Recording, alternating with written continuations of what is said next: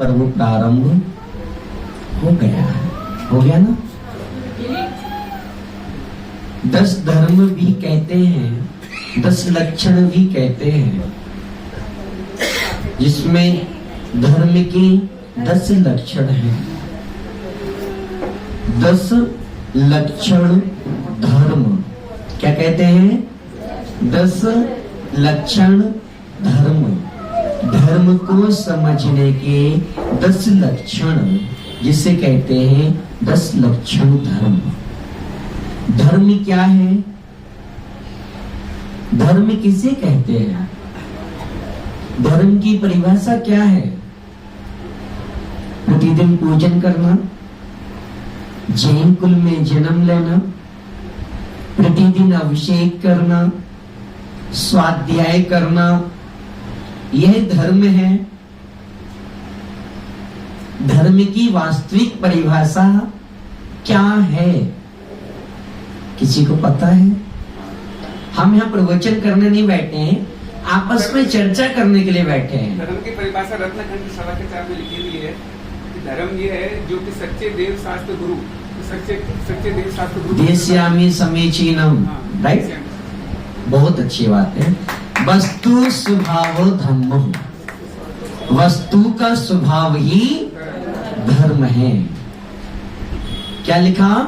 वस्तु स्वभाव धर्म, वस्तु का स्वभाव ही धर्म है।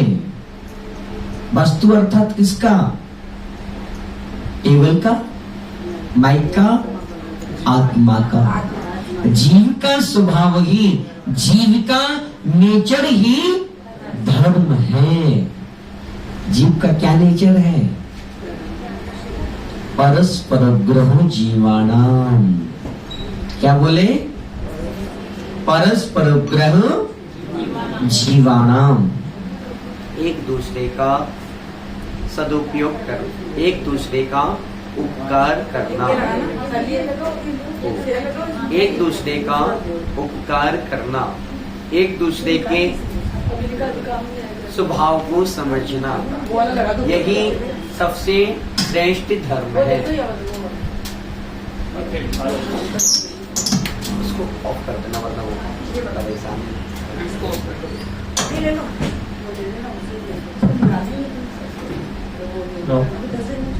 हल्का सा वॉल्यूम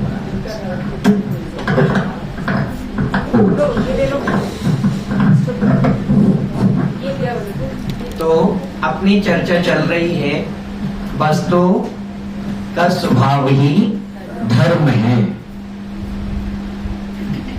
फिर अभिषेक पूजन आदि क्या है? वो चालू है क्या? ये चालू है। अभिषेक पूजन आदि क्या है? हेलो। तो कहते हैं अभिषेक पूजन आदि भी धर्म की क्रियाएं हैं। धर्म को समझने का मार्ग कह लें या साधन है। धर्म को समझने का साधन है।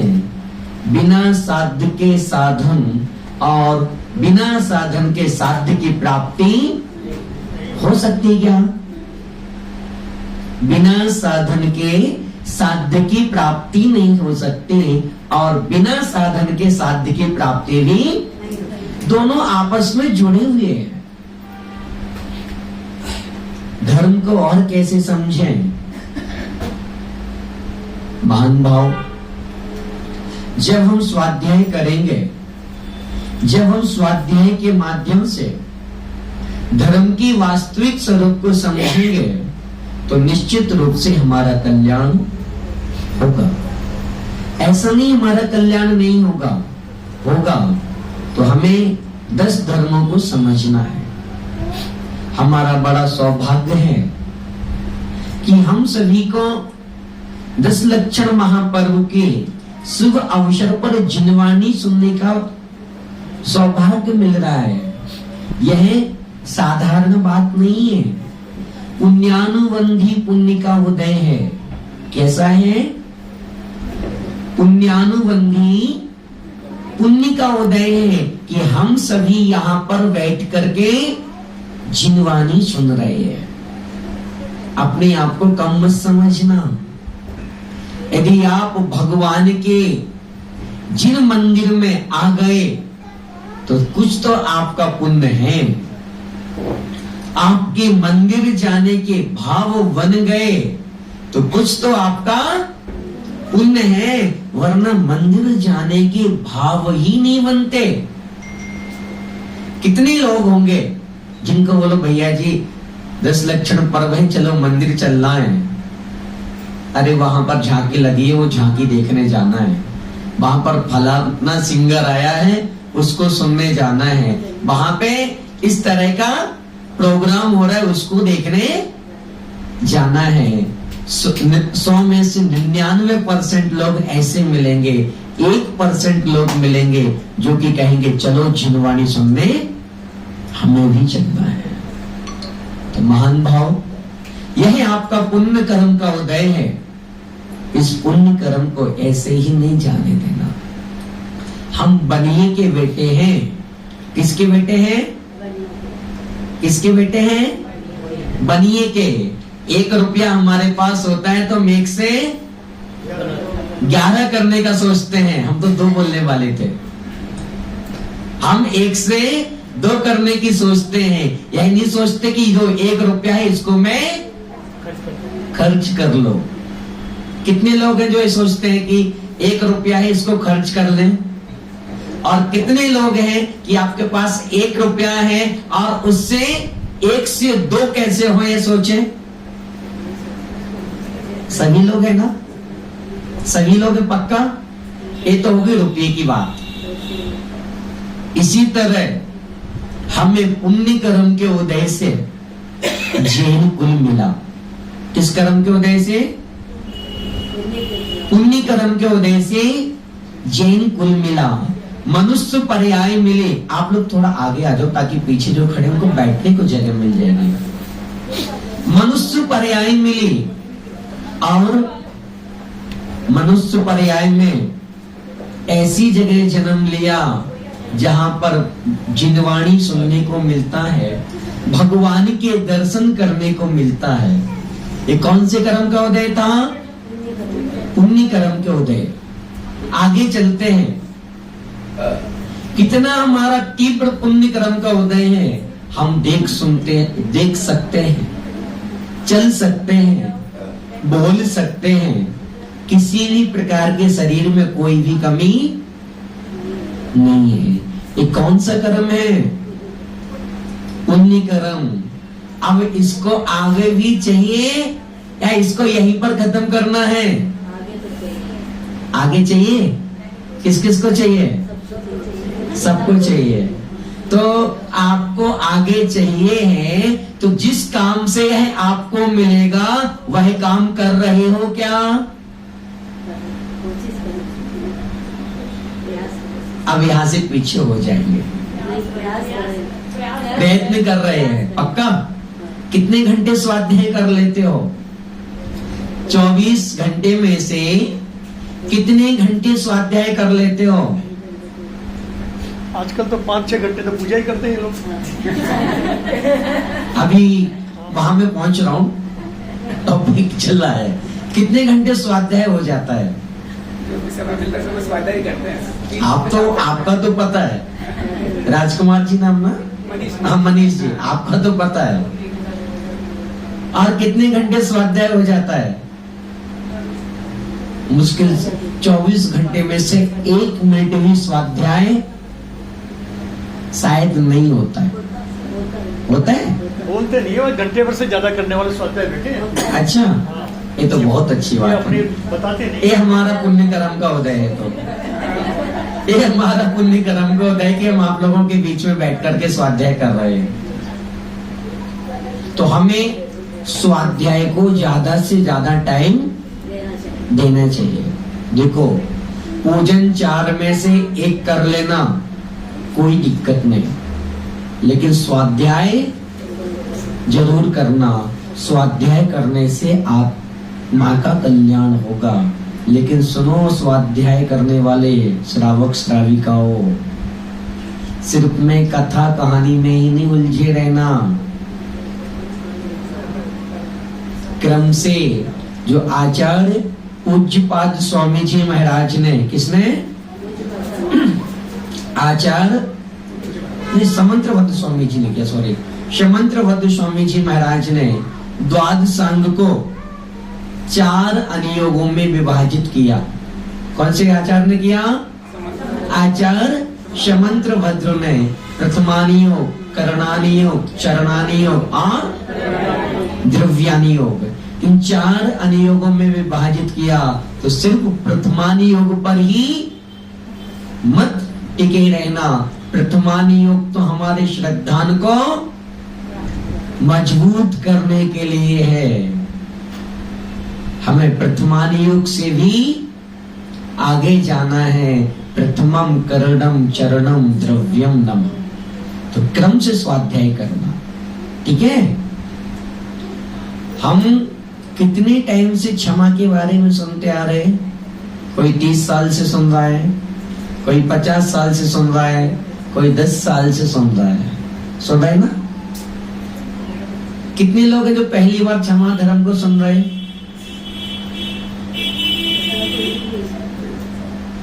है यहाँ पे कोई जो पहली बार सुन रहे हो? कोई नहीं है ना? अच्छा, बच्चा है। सभी ने क्षमा धर्म के बारे में सुना है, और इतना सुना है जिसकी कोई सीमा नहीं है। क्षमा धर्म को धारण कितने लोगों ने किया?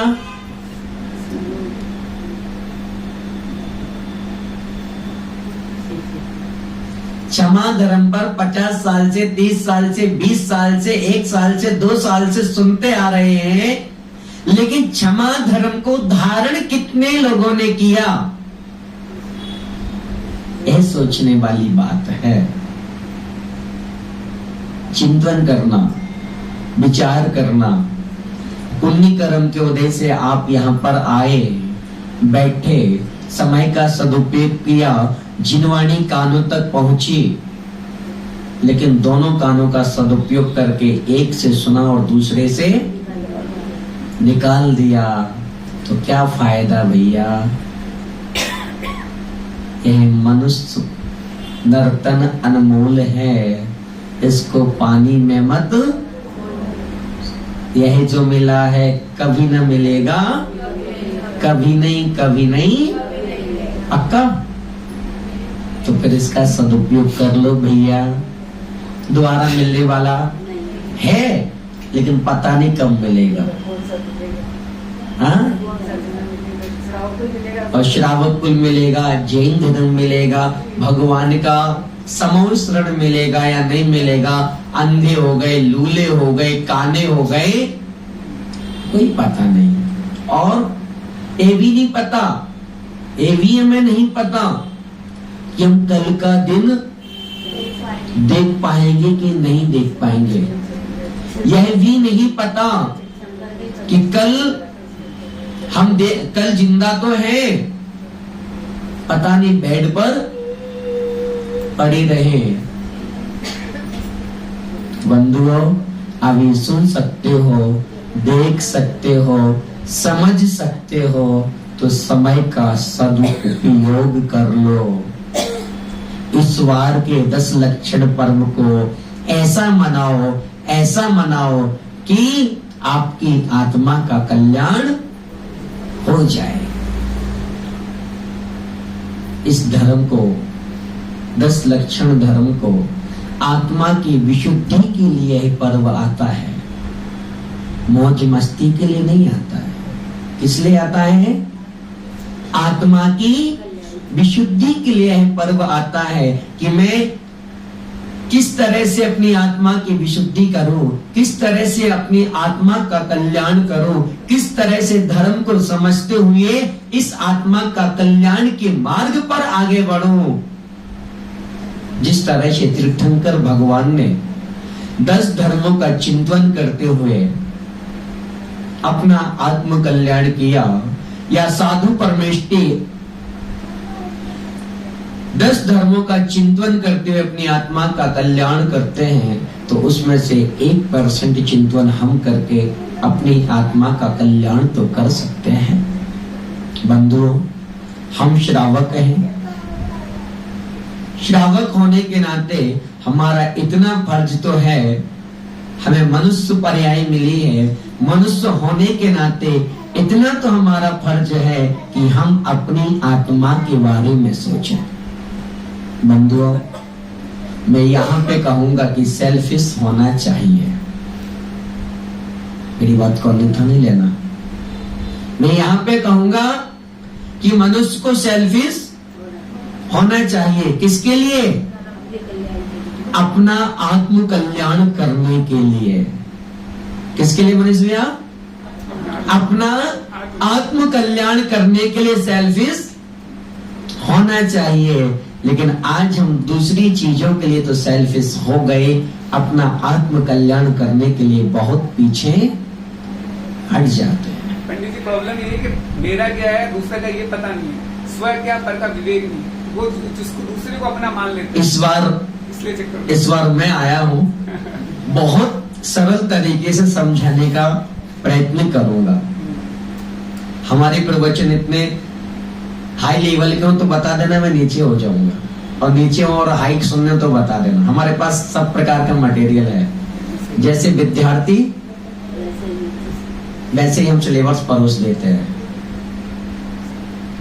तो थोड़ा सा सेल्फिश हो जाओ, थोड़ा सा अपने बारे में सोचो।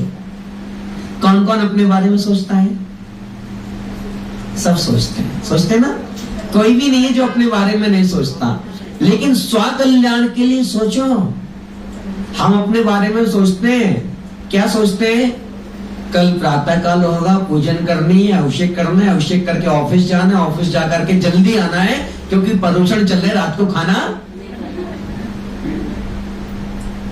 10 लक्षण खत्म हो गए, अब सब फ्री हो गए, कल से ऑफिस में लगना है, कल से दुकान को व्यवस्थित करना, बहुत लॉस हो गया। कभी ये भी तो सोच लो भैया कि आज मैंने 50 साल पूरे कर लिए, कितना लॉस हो गया, खुद के लिए 1 रुपए की कमाई नहीं की। ये भी तो सोच लो। क्या सोचो? कि खुद के लिए 50 साल निकल गए, मैं 50वां हैप्पी बर्थडे मना रहा हूं, 50वीं शादी की सालगिरह मना रहा हूं। मन के अंदर यह विचार भी तो ले आओ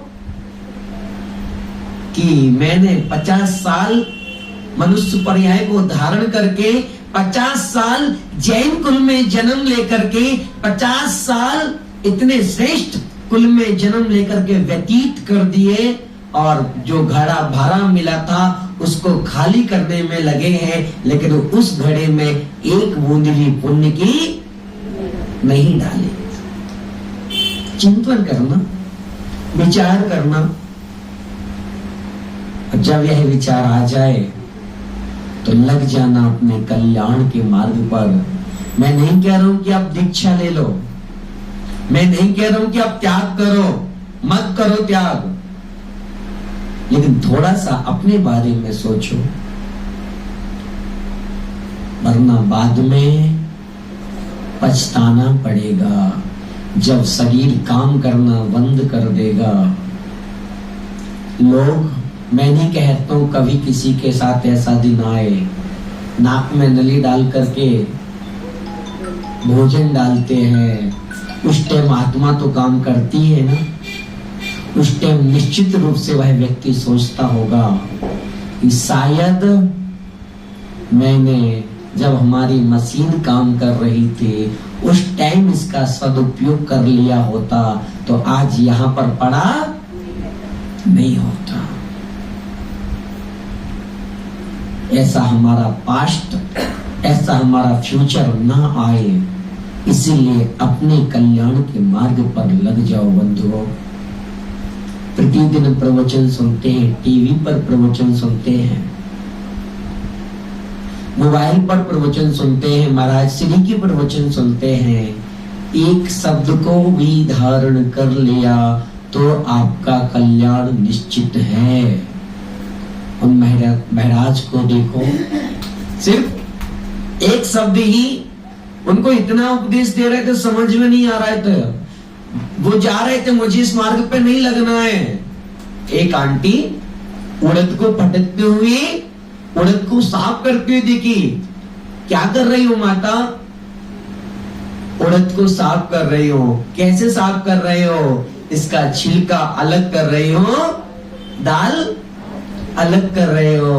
अरे इतनी सी बात तो हमारे गुरु कह रहे थे कि शरीर अलग है, आत्मा अलग है, और वह उस बात को समझ जाते हैं और मोक्ष को प्राप्त हो जाते हैं।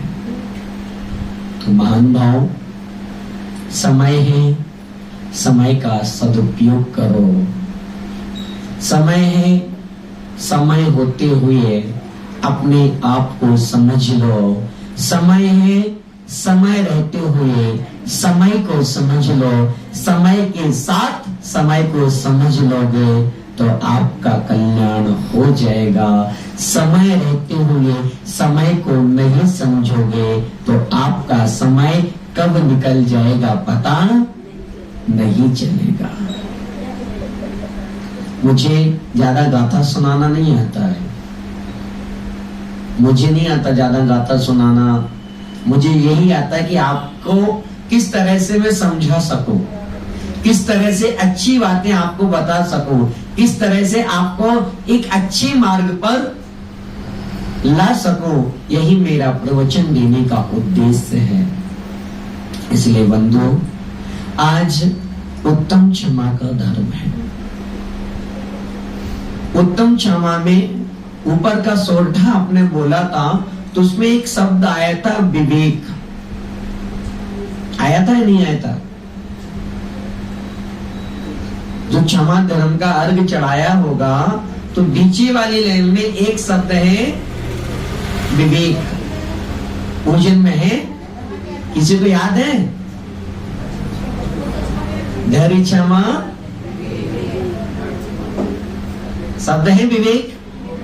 तो क्षमा के साथ विवेक को क्यों जोड़ा?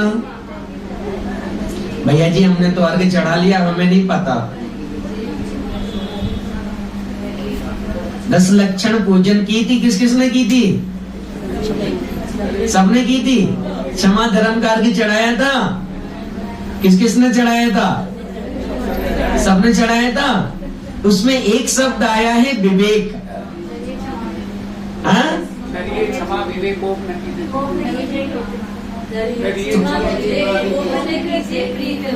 विवेक शब्द का क्या मतलब है? यहाँ पे क्षमा और विवेक क्यों साथ में जोड़े हैं? आत्मा अलग है और शरीर अलग है, सोच ले, इसलिए विवेकी। अभी यहाँ पर शरीर आत्मा अलग नहीं करना है, अभी तो एक रखो, अभी तो एक रखो, क्योंकि शरीर आत्मा अलग कर लोगे तो अभी कुछ नहीं होगा। अभी अपन श्रावक हैं। तो विवेक का मतलब है, यदि आप समस्त कार्य विवेक पूर्वक करेंगे तो क्षमा अपने आप आ जाएगी। विवेक, ज्ञान, सभी कार्य अच्छे तरीके से किए जाएंगे तो अपने आप क्षमा आ जाएगी। क्षमा है क्या? क्षमा किसे कहते हैं बताओ? क्षमा क्या है?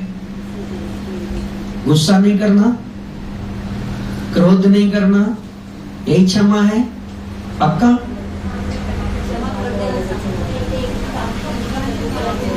किसी ने गलती की, किसी ने गलती की, उसको भी क्षमा कर देना क्षमा है। क्षमा वीरस्य भूषणम, क्षमा वीरों का आभूषण है। सभी ने सुना है ना? पंडित जी ये लाइन तो रट गई, 50 साल से सुनता आ रहा हूं। क्षमा वीरस्य भूषणम।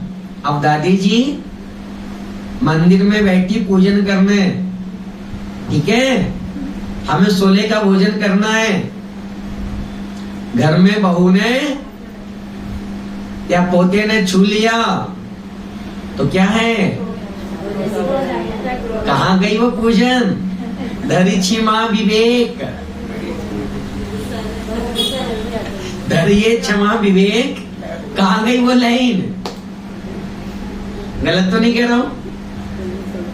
हम मंदिर के लिए आए, हमें किसी ने टच कर लिया, कहाँ गई वो लाइन? धैर्य क्षमा विवेक। अब यहाँ पर कहा है कि विवेक पूर्वक कार्य करो और क्षमा को धारण कर लो।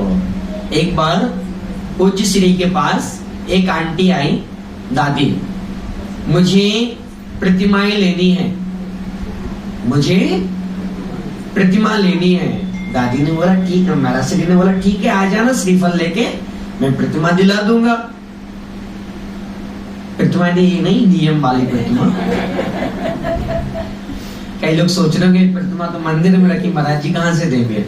तो जो 11 प्रतिमा होती है वह नियम वाली प्रतिमा, तो प्रतिमा लेनी है। तो वो दादी घर पे गई, दादी घर पे गई, बेटे से बोलती है, बहू से बोलती है, मैं महाराज से प्रतिमा लेने का आशीर्वाद लेकर के आई हूं। बेटे महाराज के पास गए, महाराज आपको मेरे परिवार की सुख शांति देखी नहीं जा रही क्या? क्या बोले? महाराज आपको मेरे परिवार की सुख शांति देखी नहीं जा रही क्या? क्यों, क्या हुआ? आपने मेरी माता जी को प्रतिमा लेने के लिए बोल दिया है। मेरे घर में, घर के पड़ोस में डेली महाभारत होता है, मैं नहीं चाहता मेरे घर में महाभारत हो, इसलिए निवेदन है आप प्रतिमा मत देना। बोले क्यों? महाराज यदि वो सासू जी घर आए, बहू खाना नहीं बना पाए तो पूरा घर सिर पे ले लेती हैं, गलती से पोते ने छू लिया तो पूरा घर माथे पे ले लेती, इतना क्रोध करती हैं। सच बताना, ईमानदारी बताना, जो ज्यादा व्रत नियम करते हैं उनको गुस्सा आता है ना? ऐसा हमें लगता है, आता है। क्यों? धैर्य क्षमा विवेक कहाँ गया?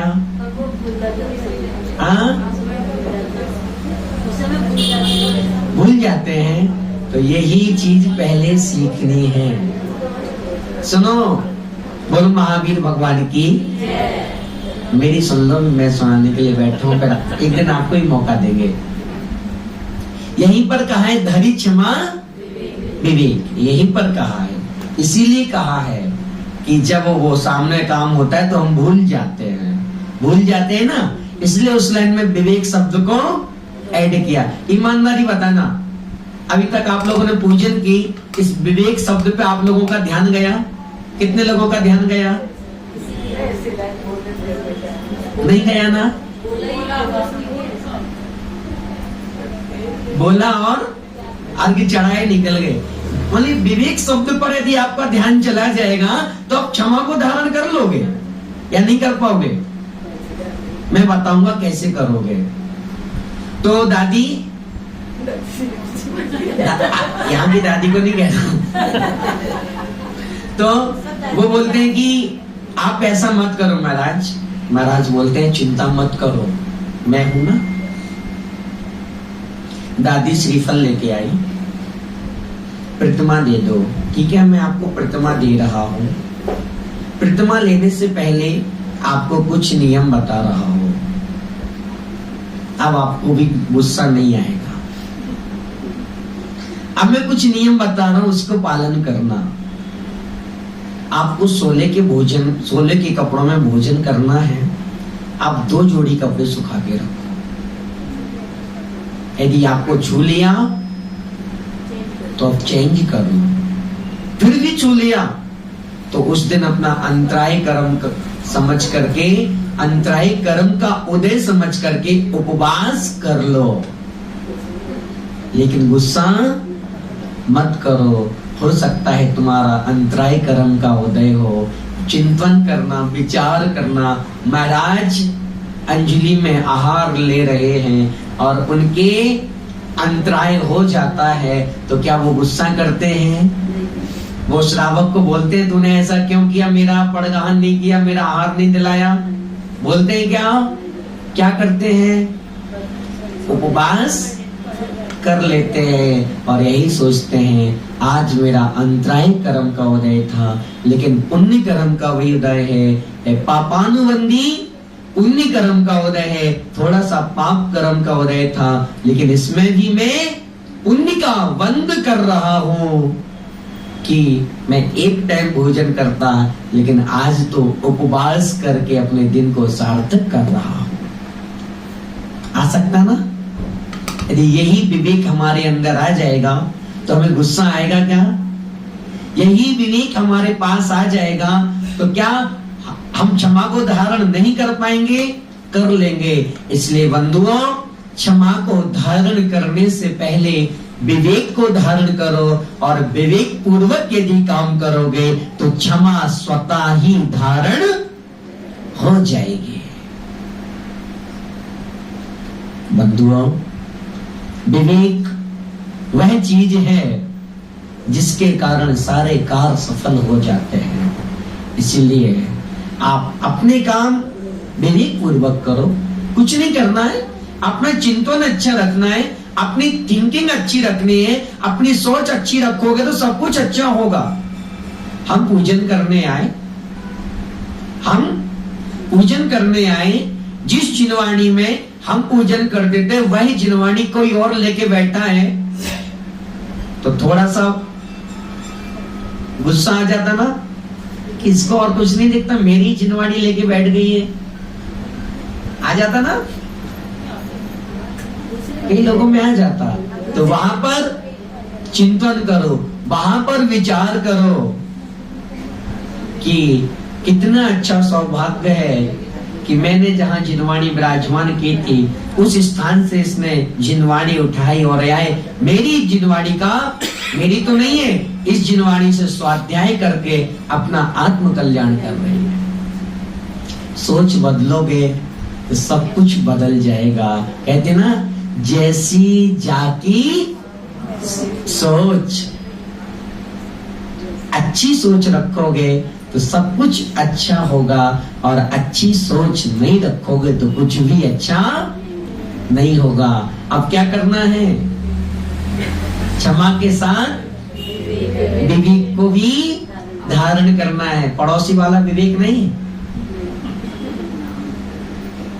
करने से पहले सोच करके करने वाला विवेक। कोई भी काम को करने से पहले एक बार सोचो कि इसका परिणाम क्या होगा। हम कोई काम को कर रहे हैं तो जरूर सोचना चाहिए, इस कार्य को कर रहे हैं तो उसका परिणाम क्या होगा। क्यों? क्योंकि कर्म बहुत ईमानदार हैं। कर्म जब आते हैं तब पता नहीं चलता, जब कर्म जाते हैं तब पता चलता है। तब वह मुझे या तो हंसा करके जाते हैं या रुला करके जाते हैं, लेकिन याद जरूर दिलाते हैं कि बेटा तूने यह किया था जिसकी वजह से ऐसा हो रहा है। इसलिए आचार्य भगवंतों ने पहले ही धर्म में कह दिया, धरिए क्षमा विवेक। सिर्फ क्षमा को ही नहीं धारण करना है, विवेक को भी धारण करना है। और विवेक को धारण करने से पहले, हर काम को करने से पहले सोचना जरूरी है। यदि हम किसी गलत काम को करने जा रहे हैं तो जरूर सोचना इसका फल क्या होगा, इसका फल क्या होगा। अच्छे कर्म को करो तब भी सोचो इसका फल क्या होगा, और गलत कर्म को करो तब भी सोचो इसका फल क्या होगा। तो निश्चित रूप से जब आप फल के बारे में सोचोगे तो आप अच्छे कर्म तो करोगे, लेकिन गलत कर्म करने से बच जाओगे या नहीं बचोगे? बच जाओगे ना? मेरी हाँ में हाँ मत मिलाओ। आप लोग मेरे से ज्यादा पढ़े लिखे हो, चिंतन करके बताओ। यदि हम गलत काम को करने से पहले सोचेंगे कि इसका फल, इसका परिणाम क्या होगा, तो गलत कर्म करने से हम बचेंगे कि नहीं बचेंगे? बच जाएंगे। इसीलिए बंधुओं, क्षमा को धारण करो, क्षमा को समझो, क्षमा को स्वीकारो और क्षमा को अपने जीवन में उतार लो, क्योंकि क्षमा से अच्छा आभूषण इस संसार में कोई भी नहीं है। और इस साल के पर्युषण ऐसे मनाना है कि हमें अपना आत्म कल्याण करना है, जीवन जीने की एक कला सीखनी है, जीवन को कैसे जीना है यह सीखना है और अच्छे तरीके से जीवन को व्यतीत करना है। क्यों?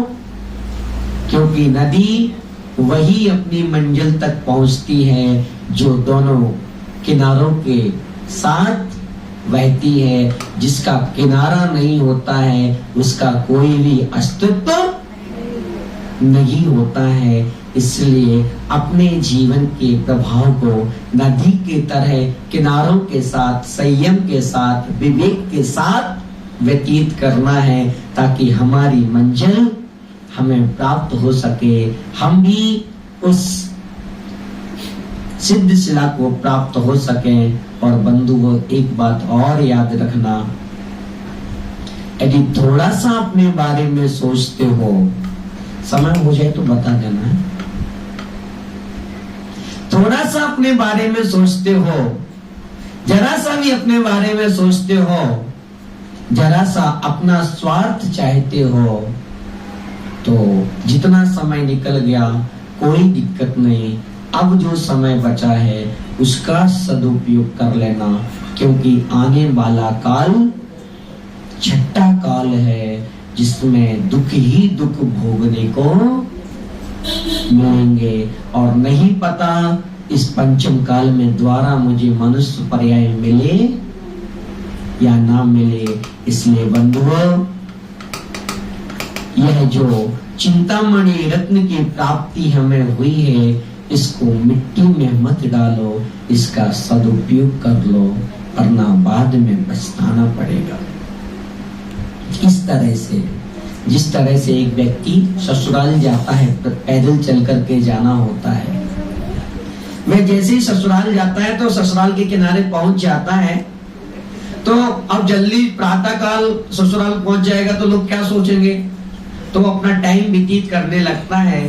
अब उसका टाइम पास नहीं होता है तो वही तालाब के किनारे बैठ जाता है। तालाब के किनारे भी टाइम पास देखता है तो उसको पत्थर का ढेर मिल जाता है। उस ढेरी से पत्थर को, एक एक पत्थर को पानी में फेंक करके अपना टाइम पास करता है। जैसे ही सूरज दादा प्रकट होते हैं, वहां से लोग बाग चलने लगते हैं और एक बुजुर्ग आदमी, समझदार आदमी उस व्यक्ति को बोलता है, भैया क्या कर रहे हो? दिख नहीं रहा है मैं पत्थर पानी में फेंक रहा हूँ। भैया जो हाथ में तुम्हारे है इसको देखो, ये क्या है? क्या है ये? और कुछ नहीं, रत्न है, इसकी कीमत बहुत है। फिर सिर पकड़ करके वह सोचता है कि हमारे हाथ में अंतिम पत्थर बचा है, उसको भी फेंकने वाला था। मैंने तो पूरी रत्नों की ढेरी पानी में फेंक दी। मैंने तो सारी की सारी रत्नों की ढेरी पानी में फेंक दी। अब पछताए होत क्या, चिड़िया चुग गई खेत। तो बंधुओं, यह हमारे ऊपर व्यतीत नहीं हो, आता सबको है, अपने ऊपर भी धारण करो। हमारे ऊपर व्यतीत नहीं हो कि हमें भी पछताना पड़े कि वो भैया आए थे या हमने ऐसा स्वाध्याय में पढ़ा था कि आत्म कल्याण कर ले, लेकिन हमने उसका मनन नहीं किया और गाड़ी निकल गई। अब जब विपत्ति आई तो सिर पकड़ के रो रहे। इसलिए बंधुओं, मनुष्य पर्याय मिली है, इसका सदुपयोग करो। यह द्वारा प्राप्त कब होगी हमें नहीं पता।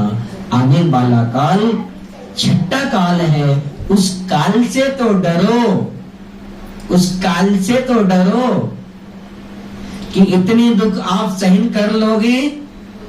अभी आधा घंटा को लाइट चली जाए तो सारे बाहर आ जाते हो, जरा से सुई हाथ में लग जाए तो पूरा घर सिर को उठा लेते हो और उस दुख को 10 मिनट खाना नहीं मिले तो तूफान मचा देते हो और उस दुखमा काल को कैसे सहन करोगे? चिंतन किया है? सबको अपने भविष्य की चिंता तो होनी चाहिए। किस किस को अपने भविष्य की चिंता है?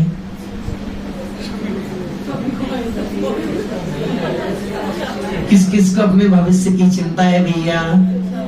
सबको है पक्का? यदि अपने भविष्य की चिंता है तो छठे काल से बचने का प्रयत्न करना प्रारंभ कर दो।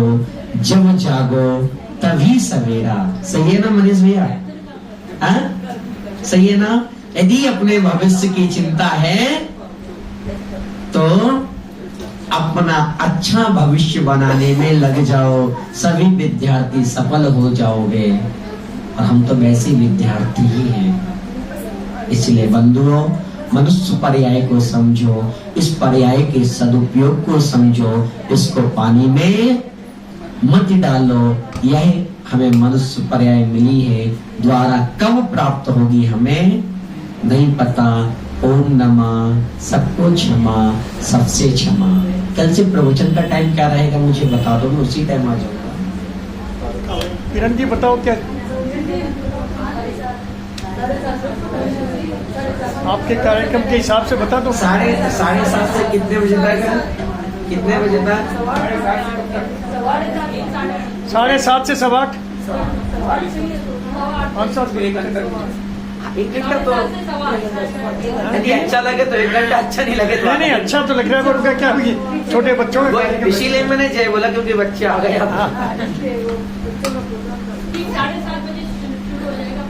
हाँ 7:30 से शुरू करते हैं। कल से मैं भी आ जाऊंगा टाइम से।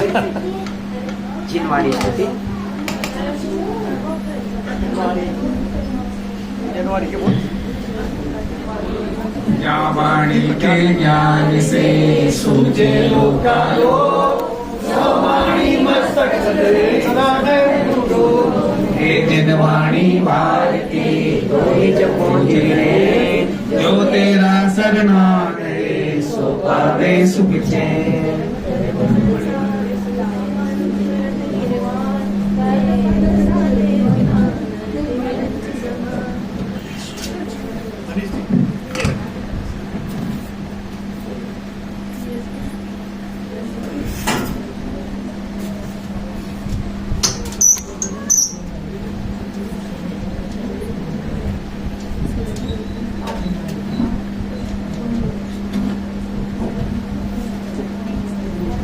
वात्सायन जिनवाणी माता की जय।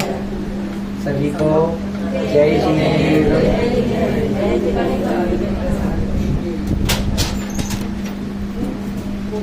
गगन जी कौन है जिनका फोन आया था? तो गगन जी तो पहुंचे ही नहीं रास्ते में। अच्छा, और रमेश जी आप हैं? मेरे पास तो आपका ही फोन आया था और गगन जी का नंबर दिया था। अभी फोन आएगा लोकेशन उन्होंने डाली। मैंने कहा मैं पहुंच जाऊंगा। किस पे लाइट चला रहे थे? लाइट किस पे चला रहे थे?